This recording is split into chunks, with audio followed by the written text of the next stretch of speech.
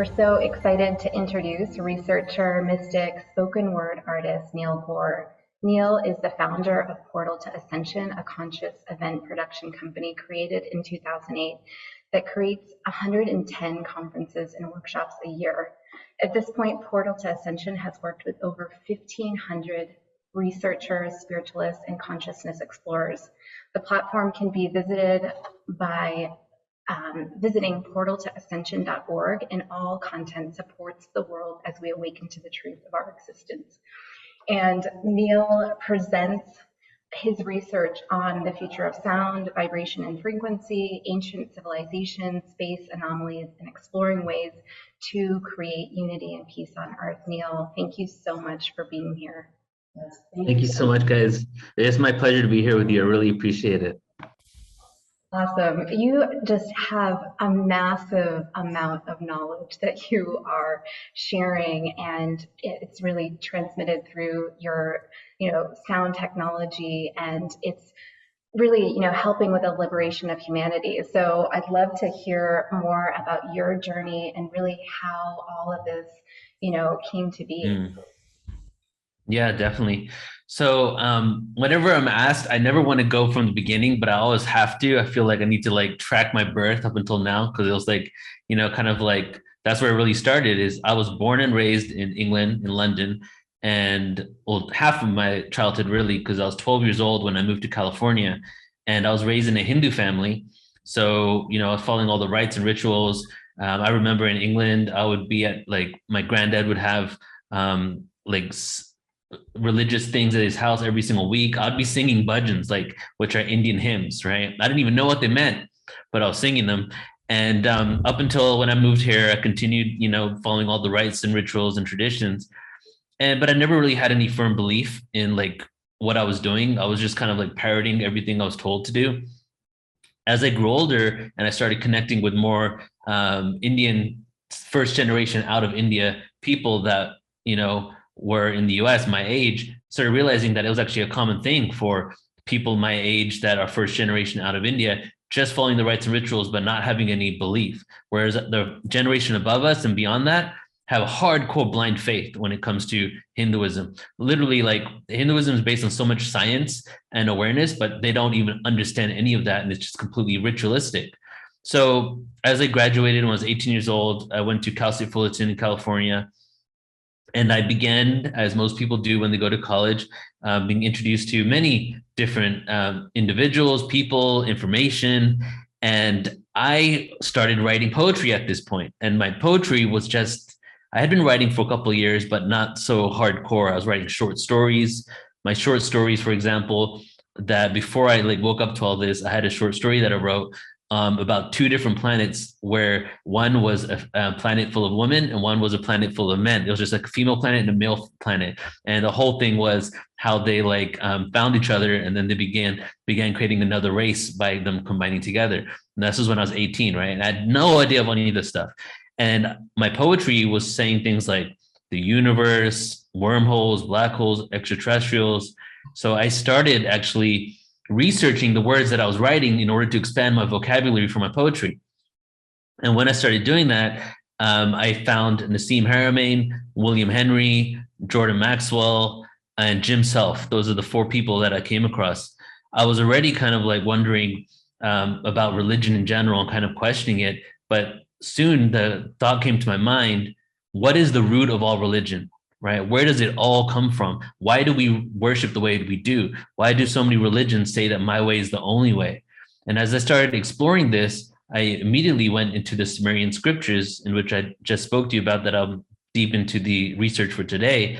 And in the Sumerian scriptures, as I was looking for the root of everything, I started finding many stories that were taken throughout all religions in the world, whether it's Hinduism, Judaism, or Zoroastrian, or the number one religion, and I'm not saying that as in terms of hierarchy, I'm just saying that in terms of popularity, Christianity, which has all these stories that come from what is considered a polytheistic, paganistic religion, and they're monotheistic, and they're 100% against paganism. So how come this religion pulls from these stories that date back thousands of years?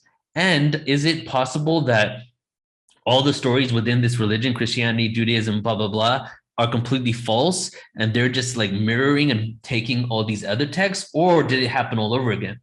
And that was my thought process that led me down the rabbit hole, because when you talk about the Sumerian scriptures, you immediately get the Anunnaki story, which is about the hybridization of humanity from extraterrestrials. So that combined together with also the bloodline from Sumer, from these extraterrestrials, took me down the conspiracy route for a good 8 years. From 2000 to 2008, hardcore like extraterrestrial awareness, channeling, but then also conspiracies like they are doing this to me. Oh my God, what are we going to do? They're trying to take over our lives, until 2008, when I had an awakening that the bigger picture is that this is all happening for a reason. And I started understanding that the darkness is working for the light. And that was the year Portal to Ascension was born. Chills. Yeah. Do you still find, what are your thoughts on religion right now? Is it still something that you study? Yeah, I study religion hardcore, actually. I do conferences on it, but I don't believe in organized religion at all. I think like what happens is, if you look at ancient history in the zodiacs, like we have a 26,000 year precession of the zodiac and the equinox. And every 2,000 years, sometimes 1,000 years, a different zodiac is the number one in the night sky, right? Right now we're in Pisces, we're going to Aquarius. You've probably all heard this before. If you look at history and you look at what happened during those shifts, a new religion comes onto the planet at the end of every zodiac and the beginning of a new one, right? What happened 2,000 years ago at the beginning of Pisces? Christianity. Go back another 2,000 years, you see another one being invented. When you have the invention of Hinduism, right? What zodiac do you think was the beginning of that one? Well, the Taurus. Well, the bull. Oh, that's why they worship the cow. So you see all these religions being formed. So I don't have any animosity or towards any of these religions, because I know that we're just going through these cycles of awareness where a lot of beautiful information is given to us depending on the energy in the cosmos at that time. However, unfortunately, when we're at lower states of consciousness, there are individuals, power and manipulation, that gets involved in this, and then they attempt to skew the religions in order to benefit them. And a great example would be Christianity, especially when the first 300 years of Christianity, it was pretty much half of what we know as Christianity right now, and half is what we know as Buddhism. And because, Jesus studied with the Buddhists. And then in 325 AD, Constantine, called the Council of Nicaea, took out all these gospels, many of which Jesus never even died, and completely crafted the religion in a way that he would be able to maintain control of the empire moving forward, which is why he never converted to Christianity until he died, because he really wasn't about it, So I don't follow organized religion. I follow when people say, what are you, right? Like, I don't even like to say spiritual anymore, because a Christian person thinks they're spiritual, a Hindu person thinks they're spiritual. So I've come up with a term, and it's called non-dogmatic spiritualism. Like, I don't follow any dogma. I'm just like spiritual. I follow vibration and energy. And a lot of these religions, though, have a lot of truth, some 50% truth, some 75% truth, right? But then you have to dissect them and really take out what was man-made. And if you come from a place of not being non-triggered and non-judgmental, right? Like, then you can look at these texts and you can pretty much find out immediately, just by reading them, what was probably added by man and what was added by what source. And I'll just throw this in real quick. A great example is the whole anti-gay thing from the Old Testament, right? That being homosexual is bad, right? Well, that is the reason why that was added there at that time, is because they were actually trying to build an army in order to fight the conquering invaders. And the only way they could do that is by making sure that people would procreate, so that we would continue having men in order to fight this army, right? So just by doing a little bit of research, you can find these things out. And that was right after the clause that says you should go to hell if you eat shellfish. You know what I mean? So it's like, you really have to kind of look at it from a place where you're not judging others in order to dissect what's the truth and not. Yeah, totally. It's interesting because one of my favorite of your spoken word poems is politics intertwined with spirituality, and I think it speaks Hmm. exactly to this. And I think the Book of Life and the Book of Reincarnation were removed. Yep.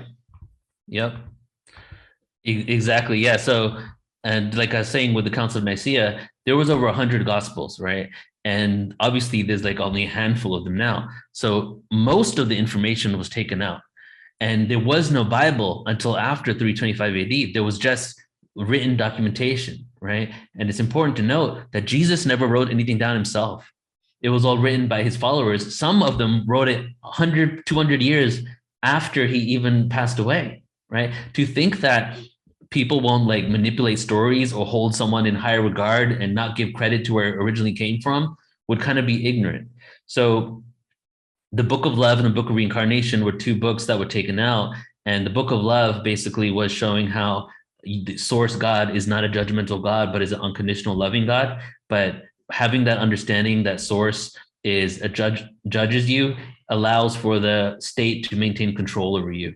And then obviously as well, the Book of Reincarnation, if you know that you're an infinite soul and you're going to come back and experience this so much more, why, like, it's harder to control that person, right? So the Book of Reincarnation was basically just showing us that we can come back, and it also makes you want to be a better person now rather than judging the others because you're trying to reserve a place for yourself in the afterlife, you know, which is what happened with Christianity. So like, how crazy is it that all these people in the world, religious people, are judging and hating on other people because they're trying to save a place for themselves when they die rather than enjoying the moment right now? Yeah, exactly. Mhm. Thank you for summing up my sense of being a recovering Catholic. Um, so one thing I So want funny. to one thing I want to ask, I'm so curious what your perspective on this is. I've received, so many downloads over the course of the last decade of awakening and regarding the inception of the reincarnation wheel. And from my sort of um, intuited information, if you will, came the awareness that a very significant manipulation of it, if not the inception of it, took place largely during the time of the fall of the Atlantean time. Mhm. So curious in all of your research and studies and and intuiting yourself, what you feel about About the fall of what? Can you say that one more time? well, the creation of the reincarnation wheel, like how it is Mm, of how it's used now, keeping the consciousness, the collective consciousness of yeah. humanity in this recycling mode of, fourth density and lower and Mhm. separate. Yeah, and that kind of goes in with the question we have here. That's all tie them both together about the do I only dig the history post deluge or research pre deluge? Because we're talking about Atlantis, and with Atlantis we have the flood story, and so that's what I'm doing right now. Actually, it's interesting. Who's this person asked the question? Raphael. That today I've been focusing on Gilgamesh and the flood story, in which Gilgamesh was not Noah, but he found a person that was Noah, that was an immortal. And so, first of all, Atlantis did not fall in one phase. It fell in like three different phases over a period of hundreds of years. There were some people left on the island, but most of them had actually gone and started creating civilizations elsewhere as it was occurring. So the whole reincarnation cycle had been going on before Atlantis as well. However, there were individuals at every state of awareness, because we've gone in cycles many, many times. Some say it's around 26,000, 25,000 years, that we've been in this cycle for hundreds of thousands of years. But when we get to a certain level of consciousness, there's a certain amount of people that obtain such a level of awareness that they do not come back into this cycle. So the way it works is, so right now, we have that circle. 13,000 years ago, which was 11,900 BC, the fall of Atlantis, the last fall, right at the top of the Satya Yuga, the same time, which is the golden age, the same time, a huge asteroid that has been proven to have hit the Earth, because when we do archaeological digs, there's this huge like layer of like ash that shows that there was some sort of impact around 13,000 years ago around the whole entire planet. as we were at the top of level of consciousness, and we still had about 1,000 years of devolution to go, but still in the golden age, there was a cataclysm that really put a lot of individuals on the planet and civilizations lost a lot of their technology, and they had to start over from scratch. So the cycle had been going on. And at that level of awareness, many people achieved full liberation, like the Buddha would probably say. But in every age, there's an opportunity for liberation, except at the lower ages, less people do it. In the higher ages, more people do it. But in the higher ages, not everybody does it. There are always those that choose to stay ignorant of certain things and stay stuck within the cycle. So hopefully that kind of answers your question about the reincarnation cycle. But the reason why that we have linearity in a lot of post-deluge religions that came about started showing our history from a linear perspective is because a lot of things started over, and then they track back our history to the beginning of it all, right? So we have this linear understanding of we were basically we didn't have any of the tools and techniques, civilization didn't exist, and then we started increasing up until modern day times. One example that I'll throw in here is the Old Testament. In the original language in which it was created, there's two words in there, tohu vohu, and this is the verse in which Christians use to show that Earth only existed for around 6,000 years. The whole thing with dinosaurs don't exist. The timeline of history is only 6,000 years. So tohu vohu means void and desolate. All right, the Earth was void and desolate in the beginning. That's the phrase. Okay. But if you translate it into the original language in which it was created, it actually means voided and desolated, which completely changes what everybody has been thinking, which is, the reason why it's only 6,000 years is because if we track back this verse right here and from all the surroundings of what it's saying, it takes us back around 6,000 years. So that's when we must have started, because the earth was void and desolate. But if you look at it from voided and desolated, it shows that some sort of cataclysm might have happened and things got reset. Now there's different theories. Cataclysm happened, earth got reset. Atlantis got to an external Merkabic point where they were just creating all this technology that destroyed themselves. Earth was reset. Another one was the ETs decided to create a reset the experiment and decided to start all over again. And now that's when you have Noah and his communication with God, and how God was Yahweh, which was one out of the many gods that basically decided that humanity was not at a point of consciousness that God wanted them to be at, that he needed to reset the program. So that's just some thoughts right there. Yeah, so interesting. Neil, is what you're saying related to the Yuga cycles, and then how does that relate to our current planetary alignments? So yeah, it's all the Yuga cycles, because the fall of Atlantis was actually at the tip of the Satya Yuga. So the way it works is within 13,000 years, every single Yuga cycle is activated, right? So we have this Satya Yuga, I forget the Silver Age, what that one's called. Then we have the Dwapara Yuga, which is the Bronze Age, which is what we're in right now. And then we have the Kali Yuga, which is the Dark Ages. So that's 13,000 years on this side.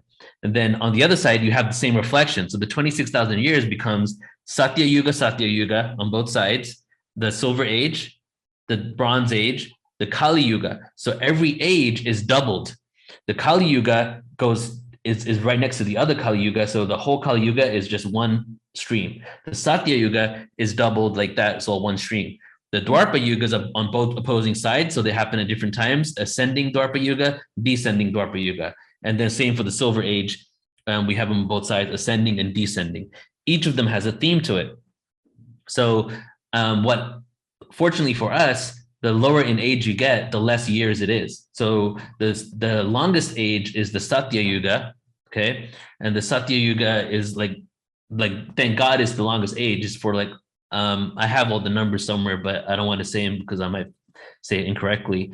But then the Kali Yuga started around 700 BC and then ended around 1700 BC AD, which is, 700 to 2,400 years, okay? And then at the end of every Yuga cycle, there's a 200-year transitory phase from one to another. That's kind of a mix between the two ages. So from 1700 AD to 1900 AD, we've been in a mixture of Kali Yuga energy and Dwapara Yuga energy. The theme of the Kali Yuga is the age of authority, the age of hierarchy, the age of delusion. Okay, written thousands of years ago. So hierarchy, giving up your power to hierarchy. Authority, giving up your power to authority. Delusion, right? When you start telling people to do all these things that actually don't check out as the real reason to do it and doesn't benefit your soul, but you think because you have awareness and science and advancement that this is the way to go, but it's actually completely false because you're just following propaganda. Okay. And then you get to the Dwapara Yuga, and there's two themes of the Dwapara Yuga.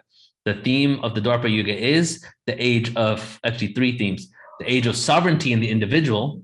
Okay. So meaning we went from no individualism, hardly, in the Kali Yuga. Great example, Alexander the Great telling everybody, march with me across nations, together we will conquer, right?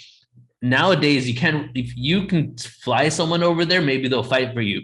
But to have like thousands of people just tracking across the country with you because they all got this group think isn't something we would do, because people have individual ideas, they have sovereignty. In the beginning of the Dwapara Yuga, there is a kickback because of the individualism that people fight against collective good sometimes because there's so much about the individuality, right? The beginning stages, we don't figure it out for a few hundred years entirely. The other one is the age of energy, okay? So energy, meaning we're energetic bodies, we finally realize we're vibration. Energy, meaning we've discovered the light bulb. Energy, meaning we discovered quantum physics. Well, when we have from 1700 to 1900, who do we have? We have Galileo, Kepler, and all those individuals that were Neo-Pythagoreans without the spiritual awareness, because Pythagoras was super spiritual. And they started resurrecting all this Pythagorean awareness through atheism because of the church, because of Catholicism. They were like, no, religion sucks, science only. Then at the end of the Kali Yuga, what do we have? Max Planck, Albert Einstein, Tesla. All individuals that were hardcore about consciousness. They all believed in spirituality combined with mathematics. So that's what started happening in 1900, is we started realizing everything's energy, realizing it's all quantum world. And we're at the beginning of this age in which we're going to be in it for like 1,000 years. And then as we ascend in this age, by the end of the age, we become the masters of energy. And the last theme is the age of ideological communities. Okay, so what happens at the end of the Kali Yuga is democracy starts to crumble. The reason why democracy crumbles is because basically we're at a place where we're looking at things from two opposing ideologies, that the ideologies become so separate that one ideology cancels the other one out through democracy nonstop, and progression stops.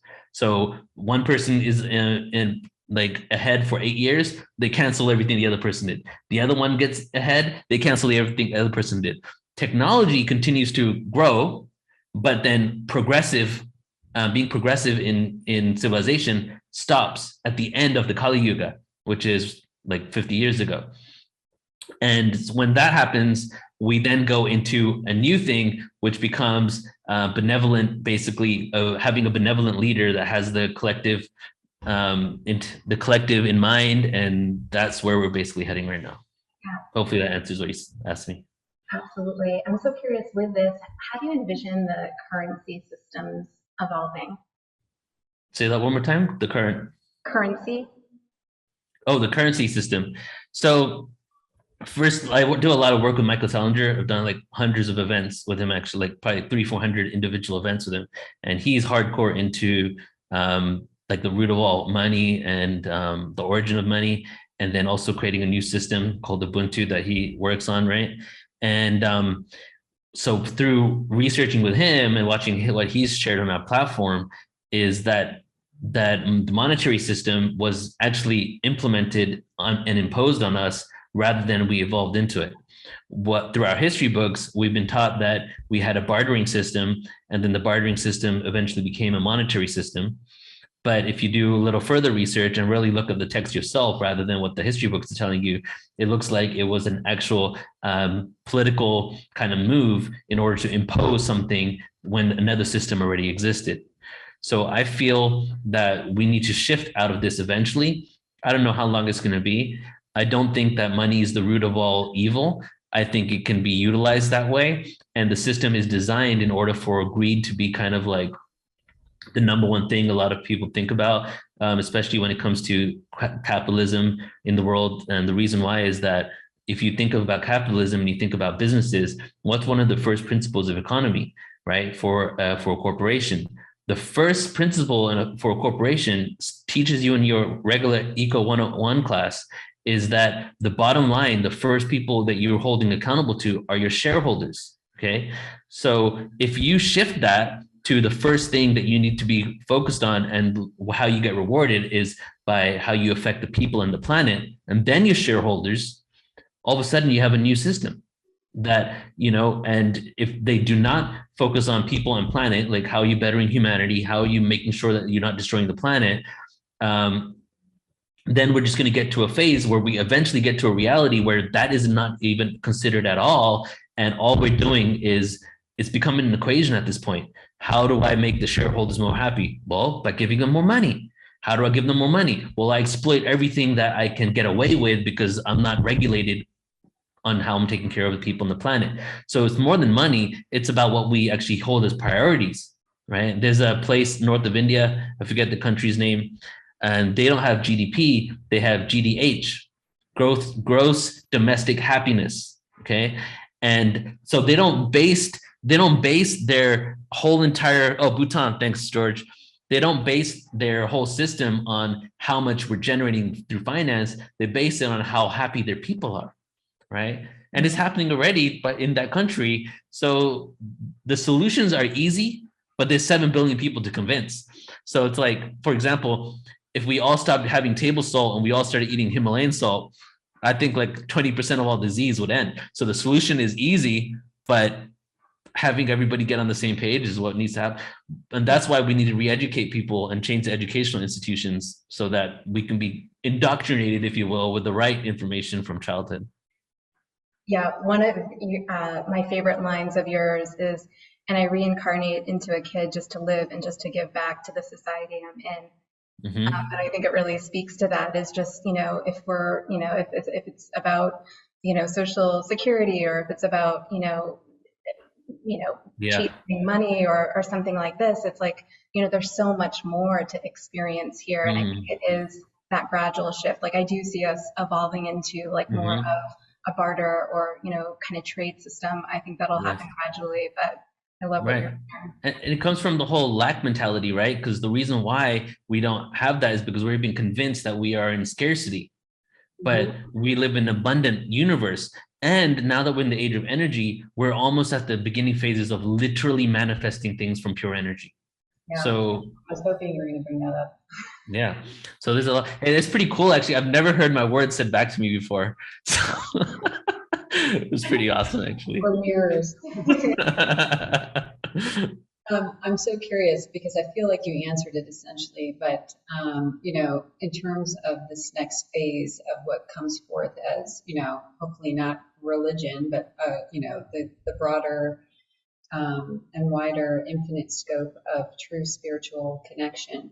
Often the downloads and things that come through is that it's, one of pure unified consciousness, law of one.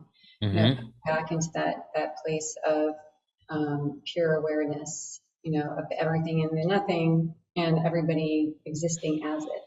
Is this sort of in all of your ways of gaining and experiencing knowledge, sort of what you're also feeling and sensing of this? Yeah, I'm definitely feeling. That's why I do it all. Like whether it's ancient history, whether it's UFOs, whether it's sacred sexuality, it all goes down to the bottom line, which is the evolution of consciousness. And the evolution of consciousness is literally how every single thing manifested, from you paying for a coffee at Starbucks to you meditating. Like there is nothing that isn't within that realm, because ultimately it's how we're going to empower ourselves to realize that we're all interconnected, right? And we don't have to just believe that on a spiritual level anymore. We can understand that on a scientific level and through the quantum world, through the concepts like non-locality, through the double slit experiment. There's all these things that are happening, all these experiments that are proving that we're all interconnected. And that's why I really like Nassim Haramein, he was the first video I ever watched in this realm, right? In 2001. I was 19 years old. And the video was a 7-hour video on like straight him talking about the Ark of the Covenant and the Knights Templar, and how inside the Ark of the Covenant was probably a 0 point energy device that was basically levitating, because it took him 40 years to travel just like across one desert. So what was happening is the Ark of the Covenant was lifting off the earth, levitating, going and staying for a few years. They would set up camp, and then when it would do it again, they would go. So as he did this presentation, he started breaking down the mathematics of singularity and black holes, and through his awareness, started teaching people through mathematics and science that we're all interconnected, you know? So we don't even need to just like believe it anymore. We can actually prove it. So true and amazing. So when you talk about this, I believe, if I interpreted it correctly, this is the 1,000-year cycle, which essentially, is a catalyst for what might be possibly, the greatest expression of human consciousness evolved. Yeah.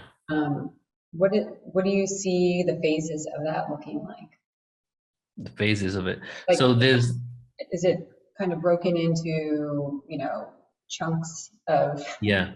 Well, it is in regards to the fact that we're at the beginning of the Dwapara Yuga, and we still have the Nassim age, and then we still have the golden age to go through, right? So every one of these ages have their own kind of theme to it.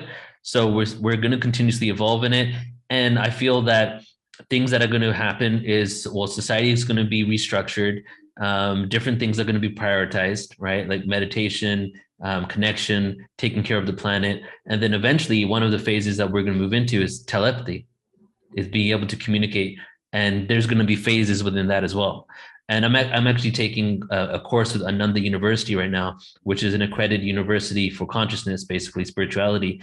And I'm taking a 12-week course of a deeper look into the Yuga cycles. So we're spending 2 to 3 weeks specifically on each Yuga cycle and looking at the phases. But we just started the course, and from the beginning of it, it looks like we're just definitely going to go through phases of all this information. However, let me add this, is the UFO disclosure component. A lot of people say that we're going to skip all the ages, we go into the golden age. When I started waking up originally, I immediately, like, everybody was talking to me about golden age, 2012, ascension. We're going to ascend into the golden age, the fifth dimension, right? And then I started looking at the cycles of time and realizing that we're actually moving towards it. But this is the bottom line of why people think we're going to skip ages and go to the golden age. One is that a lot of people speculate that we're breaking free from the cycle of karma and creating a fifth dimensional world forever, which was the goal of Earth when we were first seeded by the Lyrans, right? Because we were seeded multiple times. The Lyrans probably the first ones. And so I don't know. See, if there's not evidence, I'll just give you the different theories and not tell you exactly what I believe. So the reason why I say that might be incorrect is I think maybe our human ego and arrogance is getting in the way, where we're thinking that we're going to break free from a cycle without any actual evidence, because the history shows that we go through these multiple cycles, right? But some people are more intuitively connected than me. They're channeling all types of ETs, so they're getting different types of information, right? So, and then the other component is, it can't be denied now that we're being visited by UFOs and ETs. Humans' technology has got to a level where we're able to observe things. You've probably followed over the last 4 or 5 years at least all the UFO stuff coming in the media, right? The ATIP program that came out, and how the ATIP program was basically a program in which Louis Elizondo was the head of it, and they were basically looking and triangulating different UFO sightings and investigating things that were happening. So this program was an evolution of Project Blue Book. Project Blue Book by Alan Hynek, Paula Hynek, who is his son, who speaks on our platform frequently about his dad. And so J. Allen Hynek was employed by the U.S. The Pentagon in order to disprove these UFO sightings. Okay, like 50s. And there's a documentary. There's actually a TV show on Discovery Channel about him. It's really cool. And as he was trying to disprove these sightings, he was a completely non-believer. He ended up believing it and saying he can't disprove it, and this is real, and all these experiences are happening to him. Then the military like even started saying to him like, hey, we're going to let go of you if you keep doing this. We're not hiring you to find out if it's real. We're hiring you to basically prove that it's not real, and if you can't do your job, then don't do it, right? So then, just like most programs that become successful in the US military and Pentagon, they become black budget programs, but they show it on paper as closed down. Good example, MK Ultra. MK Ultra never stopped. They just closed it down because it wasn't successful, but it really was successful, so they became black budget. And then, so the program continued up until modern day. And now, fast forwarding to this present moment, they're releasing all this information. We're realizing we're never crazy in the first place, even though I think you guys probably realized you probably were never crazy. But a lot of people's families think that they're crazy, right? My dad one day, like 5 years ago, was like, had a fit. He was like, what's up with all this alien stuff? Shouting. And I'm like, I'm trying to show him like documents online and stuff. And he was so angry, like, oh my God, furious. And so now I actually have documents on my phone to prove things, you know, like from a crash site from 1950, document from 1951, showing hieroglyphs on a UFO in upstate New York, to all types of things. So, okay, getting back to the point that I'm trying to make here is that since what happened when these things came out originally around 4 to 5 years ago, they said that, hey, these things that these UFOs are doing are impossible, right? That was what they were saying in the beginning. Within 1 to 2 years that they did, after that came out, they changed the narrative to, actually this happened like 2 years ago, they changed the narrative. And they said, well, the same people. Well, it's not impossible. We know it's possible because we're able to do the exact same things on a subatomic level through the new inventions within quantum physics. But the thing is, we're about 1,000 years away from what they're doing. So this is on MSNBC and CNN, these freaking conversations, right? And even though I say that with like a grain of salt because it's freaking complete BS what they put out there anyway, but these individuals are saying that they're doing things that we've already theorized and we know are possible. So they're doing things that are impossible with our technology now, but they're like 1,000 years in the future. So if and when we understand what's going on, and if some of these sightings are actually reverse engineered craft from different governments in the world, if these things get released, that's going to take our technology 1,000 years into the future. And if that does, that skips a bunch of Yuga cycle ages and takes that technology to an age that's maybe 1,000 years in the future from now. However, that's our technology, not our consciousness. So what needs to happen is a complete restructure of society. And I'll just say this because I'm rambling, going all over the place, but when it comes to AI, a lot of people are fearful. And AI is inevitable. We're creating it. Every sentient being throughout our ancient galactic history, as soon as they become sentient, the number one thing they want to do is create something in their image. Just look at the ancient scriptures of all these beings and hybridizations. Once you become aware, you're like, how can I create something like me, right? And it's even in the Bible. We were created in their image, and their likeness, right? So what we've done is we've created robots, computers, hard drives, AI. But our level of consciousness isn't at a place where we can use it in a harmonious way. So that's what it comes down to. What does meditation have to do with UFOs? That was an article I wrote for a magazine actually called, it was literally called, What is Meditation Got to Do with UFOs? And it's literally like, if we don't do the inner work, once this awareness comes out, once we have this inevitable increase in technology coming out, if we're not at a level where we're ready to receive it, we might do something really bad to each other or to the beings outside. Yeah, I want to talk about Portal to Ascension because I feel like it's such a valuable resource in helping us, helping humanity get to that point and further, this awareness. And it must be pretty amazing. You started Portal to Ascension in 2008, and just to look at, the growth and the impact that it's had. Is it, surreal at times? Like, how does that feel for you? Yeah, it's pretty awesome. I have to take some time, like where I have to take a step back and realize how incredible it is I get to do this full time, and that all those people that I mentioned in the beginning that I got into at first, I've worked with either a couple times or very extensively. Like William Henry, I've probably done more events with him than he's done with anybody else. And he was one of the first people I really got into. So I feel super blessed to be able to have done this.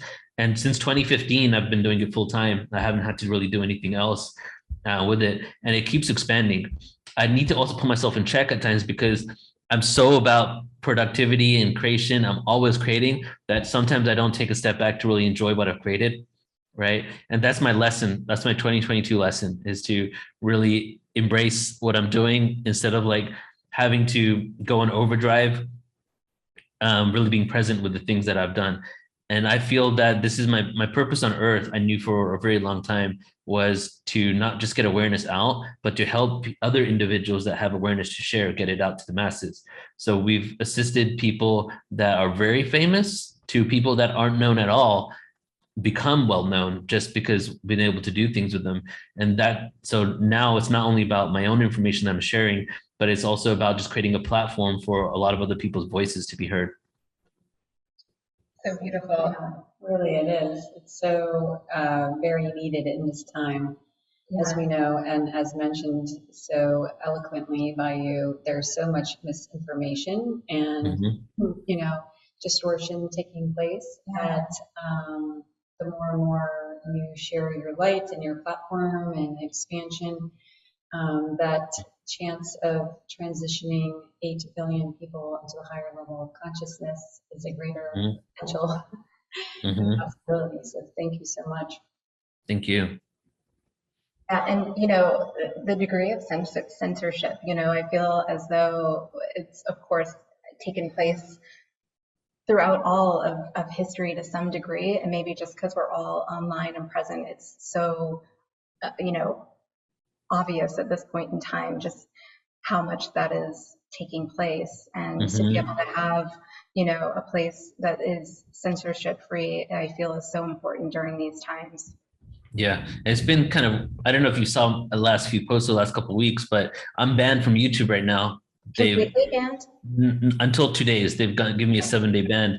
They give a ban. They've given me a warning and my first copyright, not copyright, but my first strike on a video on Ascension. I watched the whole entire video, right? And they said it was harassment and cyberbullying. Okay, and it's only about because the guy is with John D'Souza, and he was actually the guy that they made Mulder off of the X-Files. He was in charge of the paranormal files in the FBI. He was an FBI agent. But he does all this work on Ascension. So the whole entire interview was Ascension information and FBI documents that prove into the paranormal. There was no cyberbullying. There was nothing in there. And I appealed it and they sent it back to me. So I have kind of a little bit of anxiousness that they could just shut me down at any moment. And I'm really trying to work through that and not like focus on it.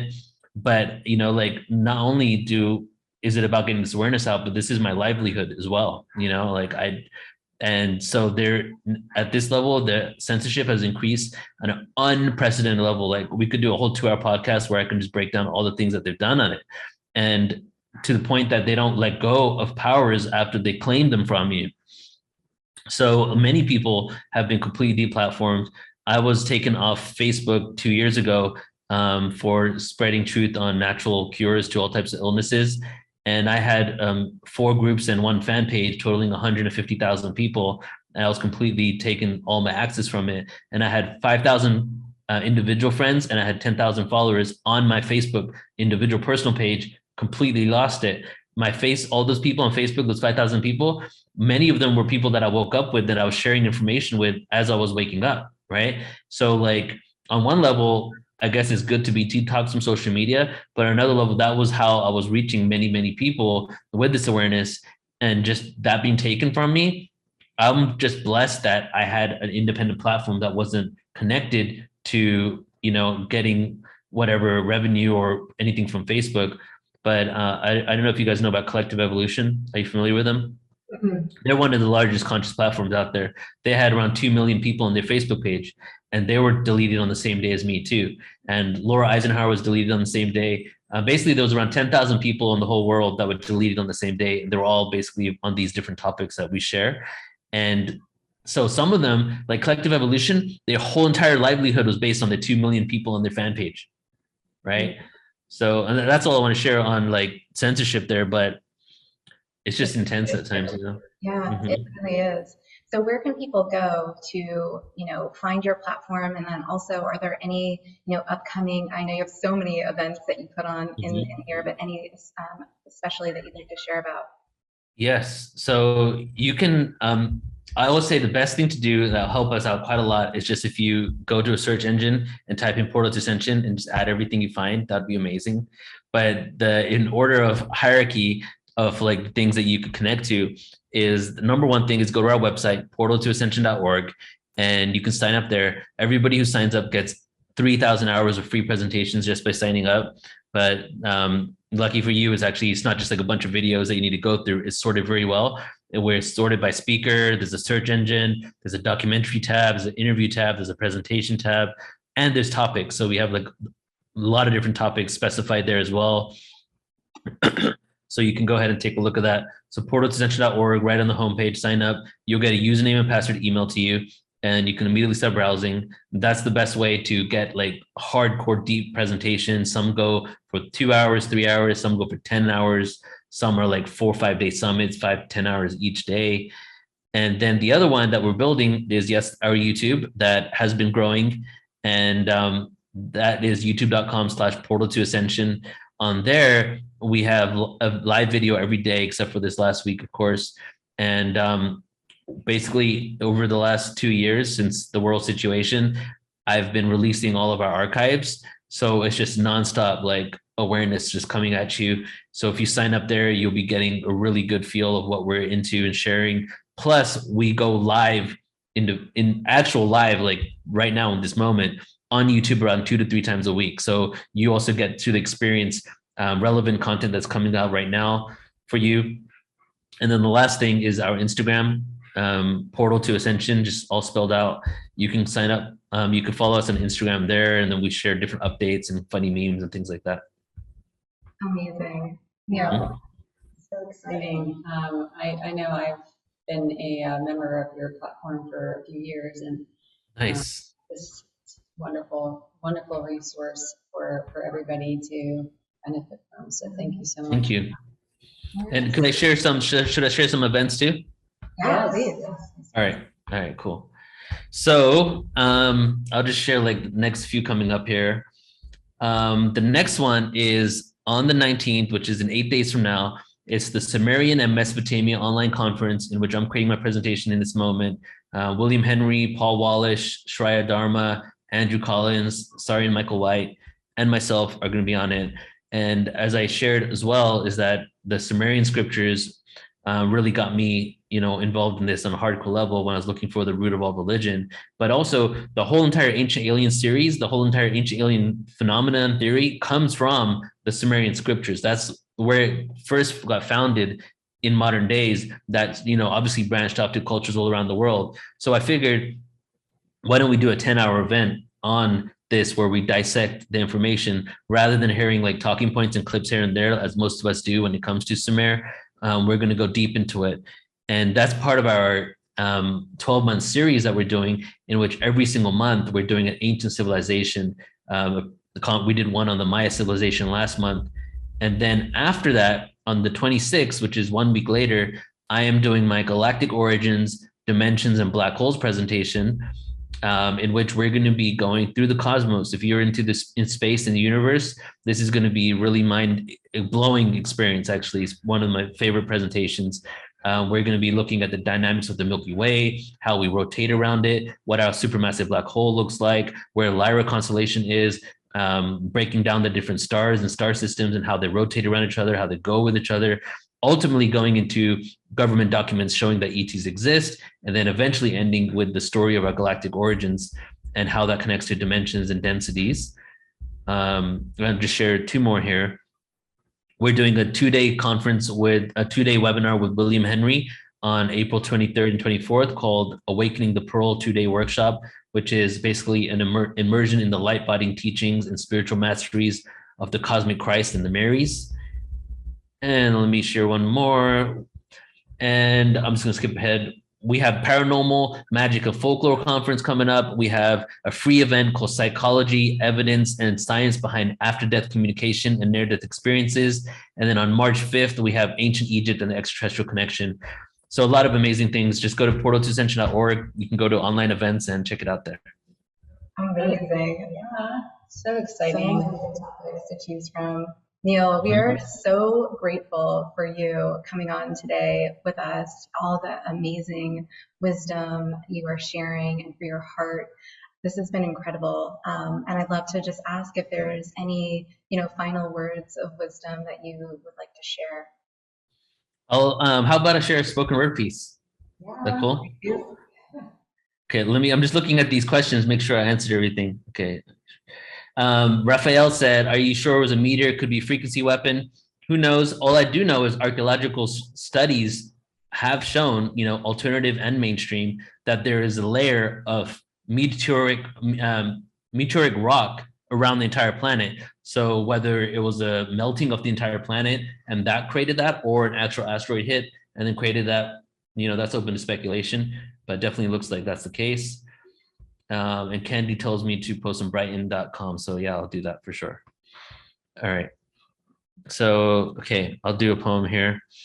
I feel like you've heard them all now. So I don't want to do one you've heard before. Well, they're living transmissions, so they'll meet us where we are in the now moment. Okay.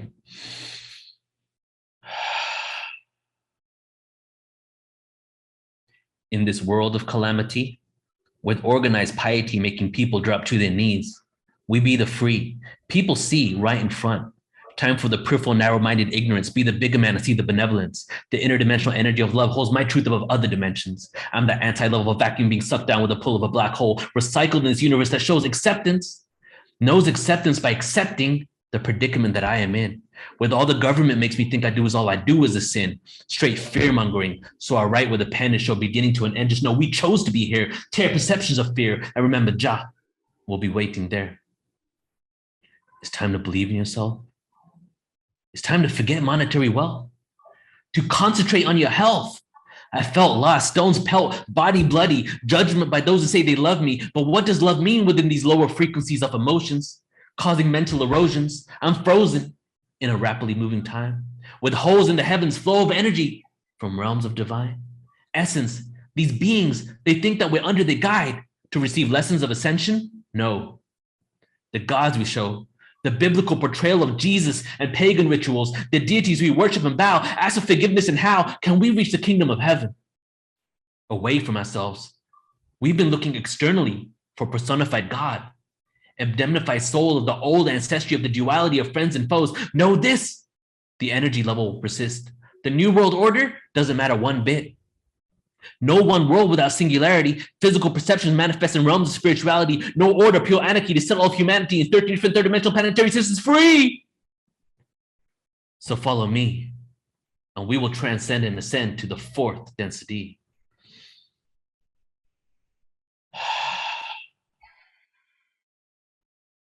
Thank you. That was so helpful. So much love and gratitude to you. We'd love to have you on again, because I feel like we only just scratched the surface of what would like to be further expressed here. So yeah, please come back. Yeah, I love that. Anytime we'll talk about it, figure it out. Okay. All right. Well, thank you everybody for joining us. Loved having you here, and until we meet again. Bye everyone. Thank you guys. See you later. Thank you.